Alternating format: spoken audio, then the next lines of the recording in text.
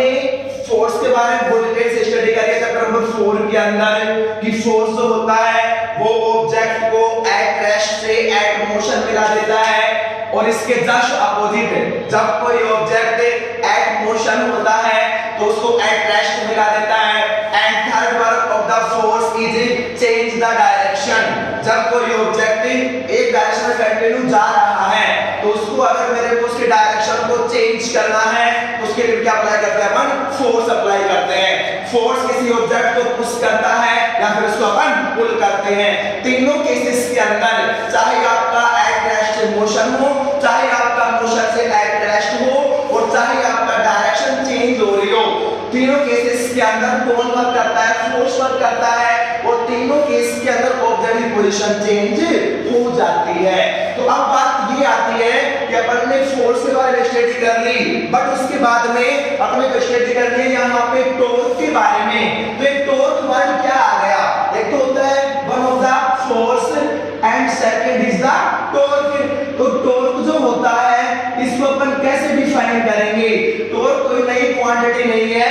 Force को बोलते हैं बल और टॉर्क को बोलते हैं बल आघूर्ण। तो सबसे मेन कॉन्सेप्ट इसके अंदर ये है, अपन ने यहाँ दो वर्ड सुने हैं, first one is the force and second one is the torque.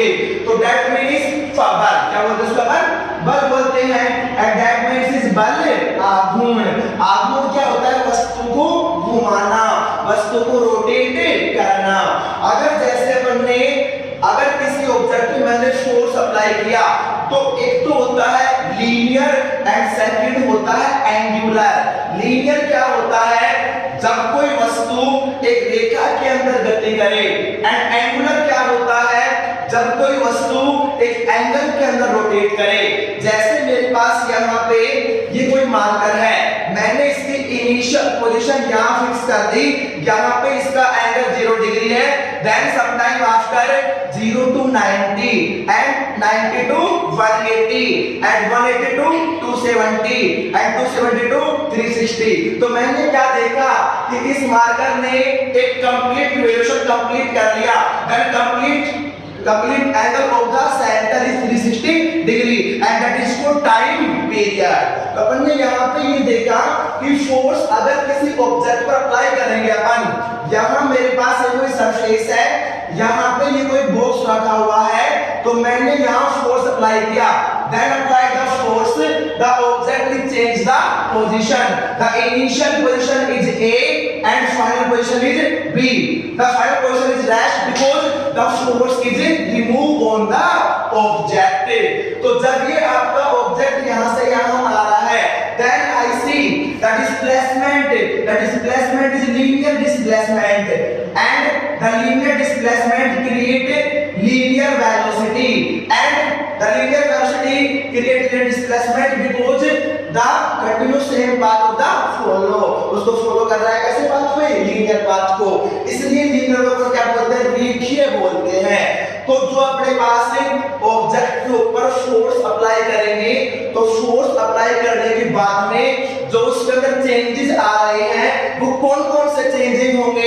यानी जो फोर्स होता है, अगर मैंने किसी ऑब्जेक्ट पर फोर्स अप्लाई किया तो फोर्स अप्लाई करने के बाद में ये ऑब्जेक्ट यहाँ पे एट रेस्ट रखा हुआ है।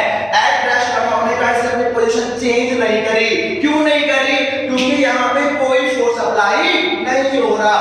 मैंने इसको टच किया, टच करने के बाद में जैसे ही मैंने टच किया, टच करने के बाद में आपका ऑब्जेक्ट आगे की ओर यूं आ रहा है और यहाँ से यहाँ आया और मैंने फोर्स को रिमूव कर दिया। Then force is removed, the object is rest because at rest because the force is removed। Then apply the force, the object is gain continue linear displacement and linear displacement show the linear velocity and linear velocity show the linear position of the object। तो इससे बात ये समझ में आई कि अगर किसी वस्तु के ऊपर मैं जब बल लगाऊंगा तो बल लगाने के बाद में उस वस्तु में जो वेग आएगा वो रेखीय वेग आएगा, यानी वस्तु रेखा में चलेगी और उसके पास जो विस्थापन आएगा वो भी कैसा आएगा? रेखीय आएगा। यहाँ मैंने फोर्स लगाया, ये वस्तु सीधा यूं आ रही है, तो कैसा विस्थापन है इसका? रेखीय। कैसा पाथ फॉलो कर रहा है?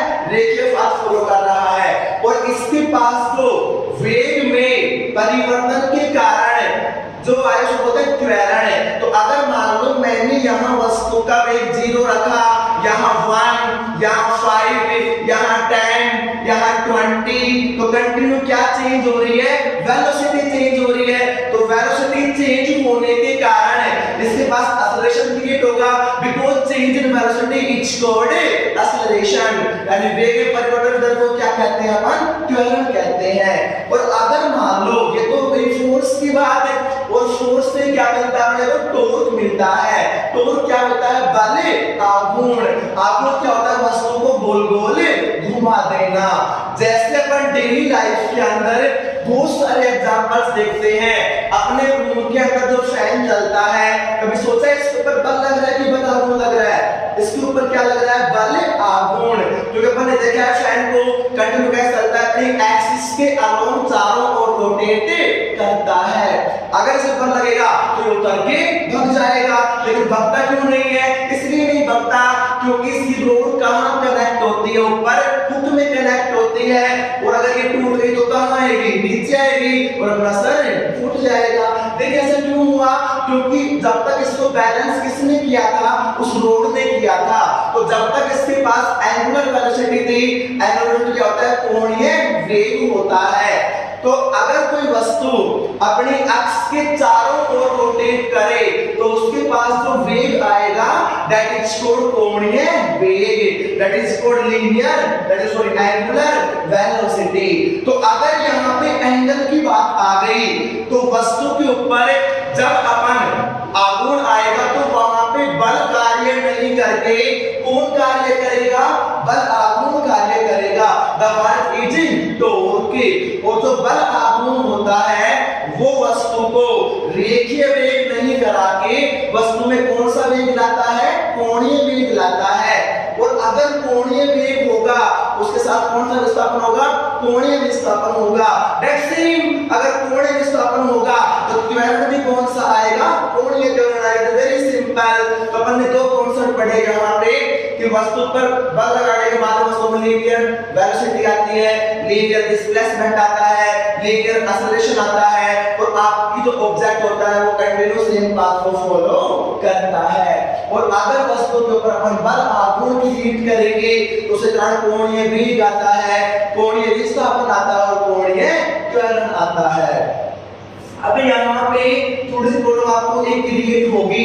वो क्या क्रिएट होगी? आप मेरे से कहोगे सर यहाँ पे कोई वस्तु यहाँ से मैंने इसको थ्रो किया तो वस्तु इधर चली गई, थ्रो नहीं करो मोबाइल टूट जाएगा। वैसे तो अपन ने थ्रो किया इसको तो वस्तु इधर चली गई, तो अपन ने क्या देखा कि रेखीय वेग है ना इसका, तो मैंने यहाँ से और यहाँ तक की दूरी माप ली।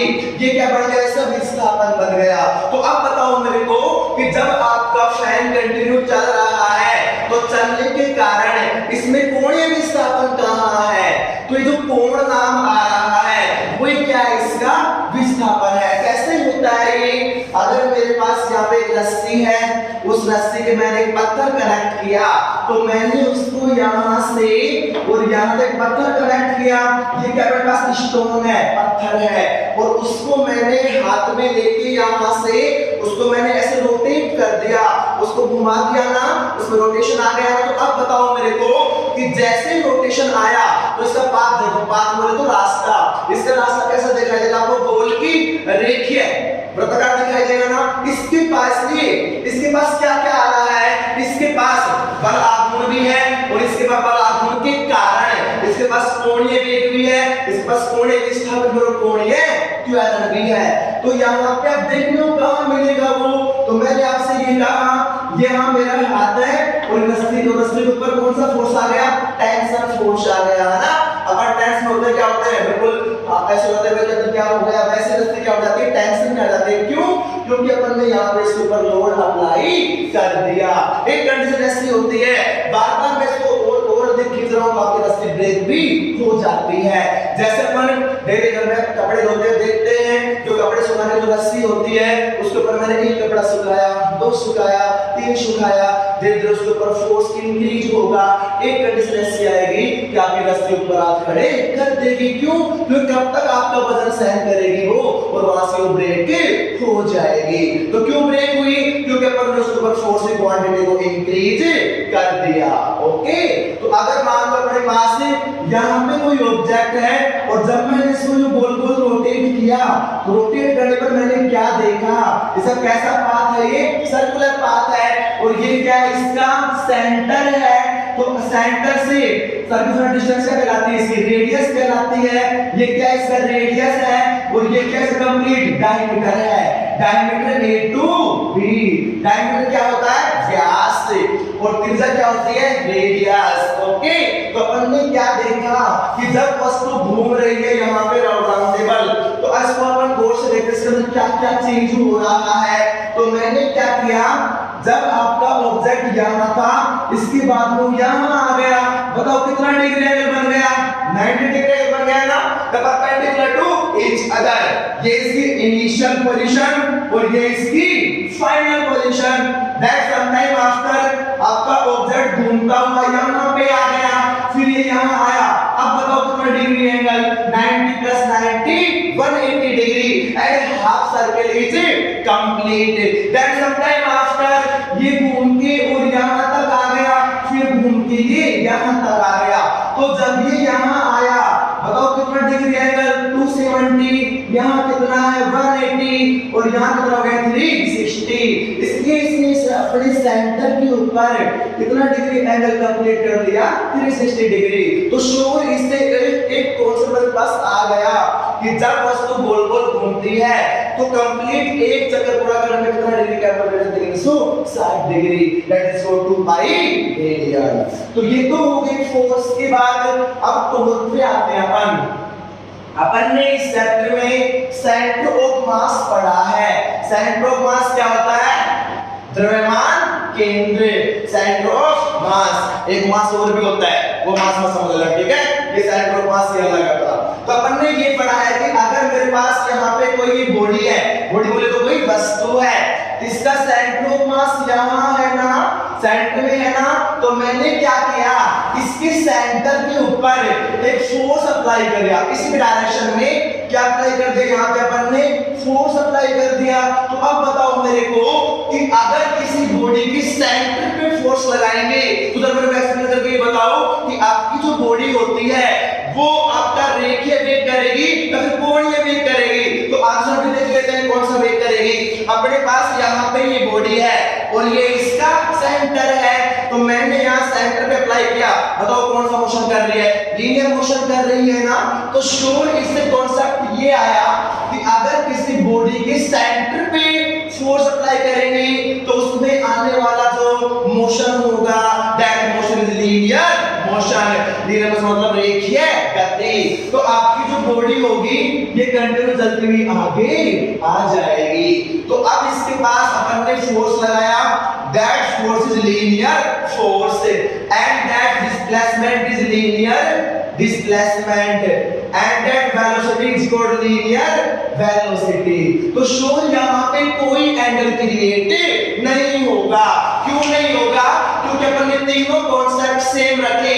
लीनियर फोर्स सेंटर पे लगाया, लीनियर डिस्प्लेसमेंट आया एंड लीनियर वेलोसिटी आई, और आपका जो ऑब्जेक्ट है, जो आपकी बॉडी है, वो कंटिन्यू लीनियर पाथ फॉलो करते हुए आगे जा रही है। अब मैंने क्या किया, सेकंड केस के अंदर, ये तो कौन सा केस है बच्चों? फर्स्ट केस है। सेकंड केस में क्या किया, मेरे पास वही बॉडी है, ओके, और ये क्या इसका सेंटर ऑफ मास है। तो मैंने क्या किया, अब की बार इसी की डायरेक्शन में फोर्स अप्लाई नहीं किया, कुछ एंगल पे, यानी कुछ एंगल पे मैंने फोर्स अप्लाई किया।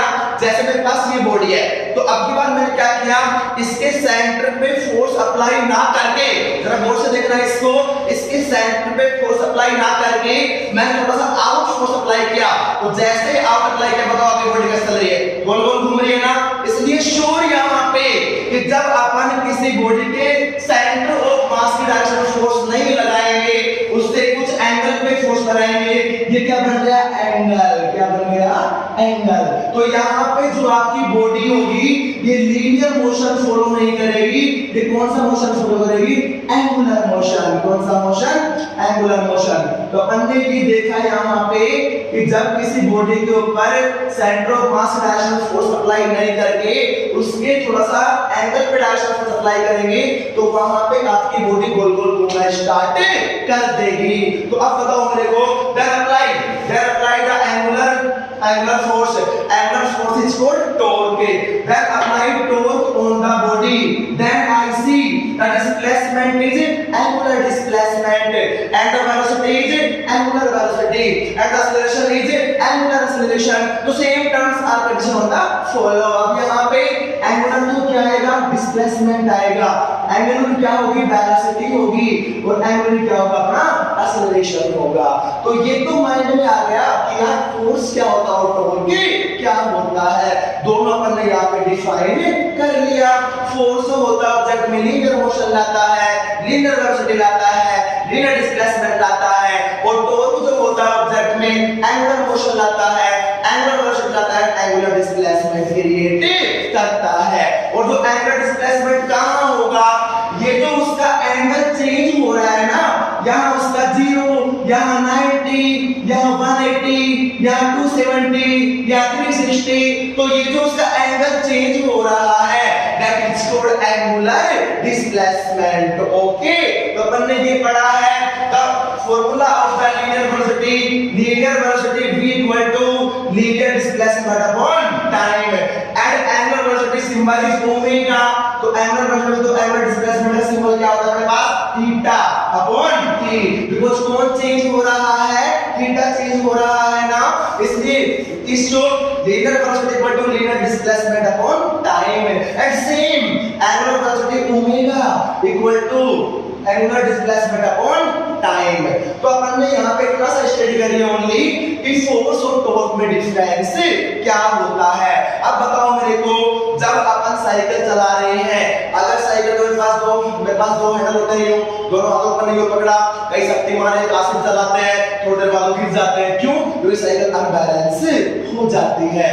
तो जब अपन ने साइकिल को दोनों हाथ से उसका हैंडल पकड़ा, आगे टर्न आ गया, घुमाव आ गया, टर्निंग जानते हो ना, टर्निंग क्या होती है, घुमाव। अपने लाइफ में बहुत टर्न आते हैं, कई तो टर्न से टूट जाते हैं, कई टर्न को साइड करके आगे निकल जाते हैं, है ना, इसलिए कभी नर्वस नहीं होना चाहिए। तो अपन ने यहाँ पे ये देखा कि जब मैं वहां साइकिल के हैंडल को पकड़ के और मैं रोटेट कर रहा था उसको, तो अब बताओ मेरे को कि वहां पे फोर्स अप्लाई कर रही है कि टॉर्क अप्लाई कर रही है, बताना जरा, बता नहीं पाओगे क्योंकि क्लास में कोई है नहीं, ओनली मैं अकेला ही हूं, ठीक है।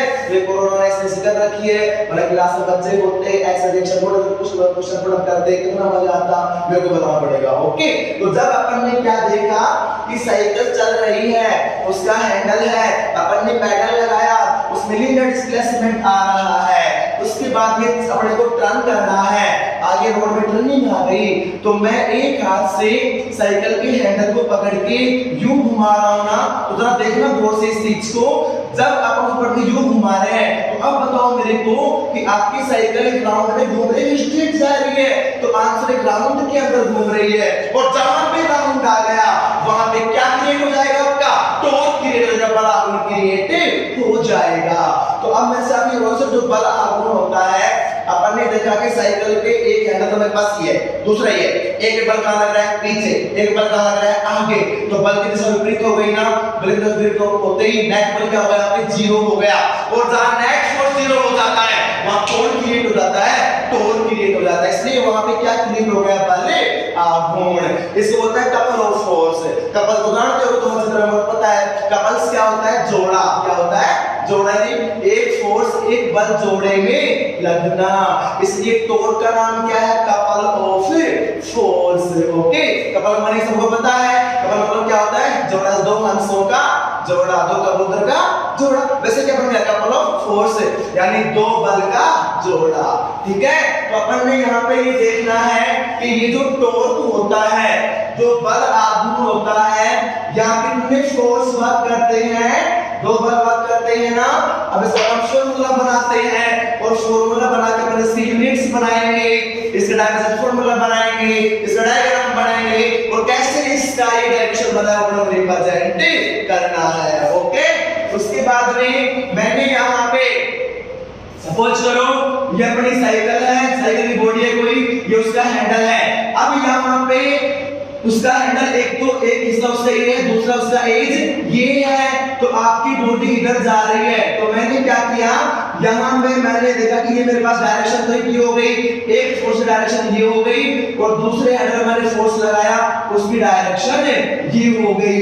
तो अब बताओ मेरे को कि आपका एक फोर्स तो ये, दूसरा फोर्स ये, इसको बोलते हैं कपल ऑफ फोर्स, क्योंकि यहाँ पे कितने फोर्स वर्क कर रहे हैं, आंसर है 2 फोर्स कर रहे हैं, और दोनों फोर्स की डायरेक्शन एक दूसरे कैसी है, अपोजिट है। इसलिए जो टॉर्क होता है उसमें अपने 2 फोर्स वर्क करेंगे, डायरेक्शन में अपोजिट होंगे, नेट फोर्स का वैल्यू 0 हो जाएगा, देन क्रिएट टॉर्क। तो अपन ने क्या देखा, जो साइकिल का हैंडल होता है ना उसके बीच में रोड लगी रहती है, उस बीच में एक शाफ्ट होती है जो सेंटर से कनेक्ट एक्सल से होती है, और नीचे क्या होता है, पहिया जुड़ा होता है। पहिया कहां चलता है, रोड पे चलता है। ओके, तो अपन ने क्या देखा कि यहाँ साइकिल के हैंडल के बीच के अंदर ये क्या है, इसकी डिस्टेंस r, और यहाँ पे क्या होता है, उसका सेंटर होता है ना रोड का, इसलिए कंप्लीट मास रोड कहां होता है, सेंटर पे होता है। और सेंटर से एक साइड का डिस्टेंस मैंने r1 मान लिया, दूसरे साइड का डिस्टेंस मैंने क्या मान लिया, r2 मान लिया। ओके, अब मैंने आपसे ये कहा कि यहाँ पे F into R, अच्छा पहले बताओ M into R क्या बनता है, M into R मतलब मोमेंट ऑफ मास, यानी मोमेंट ऑफ मास को हम क्या बोलते हैं, द्रव्यमान आघूर्ण।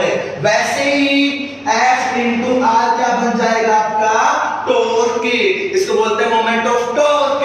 तो मोमेंट ऑफ टॉर्क क्या होता है, बल आघूर्ण, और आपका M into R स्क्वायर क्या बन जाता है, मोमेंट ऑफ इनर्शिया, इसको बोलते हैं जड़त्व आघूर्ण। तो तीनों कॉन्सेप्ट याद रखना कि mass into m into distance is called moment of mass, and F into R is called क्या बोलते हैं, torque of moment, and m into R square is called moment of inertia।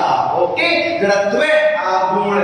अपने को अपन ने इसकी स्टडी कर ली, इसकी कर ली, अब किसी का देखो F into R की। अब अपने को माइंड में थोड़ी सी एक प्रॉब्लम आ रही है समझने में कि भाई यहाँ पे तो 2 फोर्स दिख रहे हैं आपको, ओनली फोर पुल्ले में कितना फोर्स आ रहा है, सिंगल फोर्स आ रहा है ना, तो ये क्या कॉन्सेप्ट है, ये सिंगल फोर्स क्यों आया यहाँ पे 2 फोर्स आने चाहिए ना, कोई कपल ऑफ फोर्स है ना, इसी को तो अपन फिजिक्स कहते हैं। क्योंकि यहाँ पे अपन इन दोनों फोर्सेस से एक फोर्स बना देंगे, और F into R क्या बन जाएगा, टॉर्क, एंड टॉर्क बोले तो बल आघूर्ण। उससे पहले अपने डेली लाइफ के अंदर टॉर्क के बहुत सारे एग्जांपल्स होते हैं, यानी जहां में वस्तु गोल गोल घूमेगी वस्तु क्या अप्लाई होगा, टॉर्क अप्लाई होगा।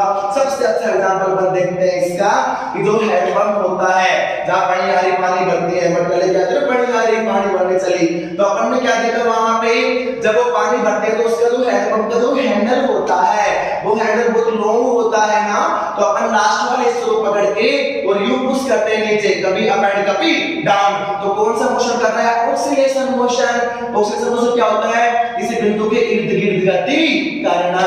जैसे ट्रेड फेयर के अंदर सिर्फ बड़ा झूला कभी इधर जाता है कभी इधर जाता है, अपने पास पेंडुलम वॉच कभी इधर कभी इधर आती है। तो अपनी मेन पोजीशन के लेफ्ट और राइट कोई ऑब्जेक्ट मोशन करना, that is called oscillation motion, that is called दोलनीय गति। ठीक है, तो अपन यहाँ पे ये स्टडी करेंगे कि जब अपना हैंडपंप जो होता है, जब कंटिन्यूअस के ऊपर फोर्स लगा रहे हैं, तो अपन एक बार नीचे लेके गए फिर ऊपर लेके आए, बताओ उसका हैंडल रेखीय गति कर रहा है, कोणीय गति कर रहा है, तो आंसर है कौन सी गति कर रहा है, एंगुलर। कोण के अंदर घूम रहा है ना, अपन देखते हैं थोड़ी देर बाद पानी आ गया, अपन ने मटकी के अंदर भर लिया, अपन उसको ढक ले आए। तो अपन ने आपको क्या देखा, अगर मैंने दूसरे दिन हैंडल को काट दिया, उसका हैंडल छोटा हो गया ना, क्या आपके पास हैंडल चलेगा, आप इतने शक्तिमान नहीं चला दोगे उसको, एक आएगा या चल ही नहीं रहा, दूसरा आएगा तू भी ऊपर लगा यहाँ पे, तीसरा आएगा तू भी फोर्स लगा यहाँ पे। तो अपन ने क्या देखा, अपन ने हैंडल को कट करते ही वहां पे फोर्स की क्वांटिटी इंक्रीज कर दी ना, बढ़ानी पड़ेगा फोर्स अपने को, तो वहां पे बंद नहीं करके क्या लग रहा है, बल आघूर्ण। और आर का यहाँ पे जो हैंडल है वो क्या है, इसकी आर है, और जो लगा रहे हैं जो एफ है, तो एफ इंटू आर क्या बन गया, बल आघूर्ण। और जो बल आघूर्ण से होता है टाउ, क्या होता है टाउ, ये टाउ नहीं होता, कभी टाउ बोलो इसको, ये टाउ क्या है, टाउ। तो टो इक्वल टू क्या बनता है एफ इंटू आर बनता है। ठीक है, अब ये फॉर्मूला कैसे बना है अपन इसे ये एग्जांपल लेना है। इससे पहले जो मैंने आपको पढ़ाया है उसी पीडीएफ आपको सेंड कर दूंगा, और मैंने यहाँ पे दोनों Hindi medium plus English medium दोनों के साथ लेके चले। कोई प्रॉब्लम आओ तो मेरे पास कमेंट डाल के मेरे से आप क्वेश्चन आपसे कर सकते हो। Okay, thank you.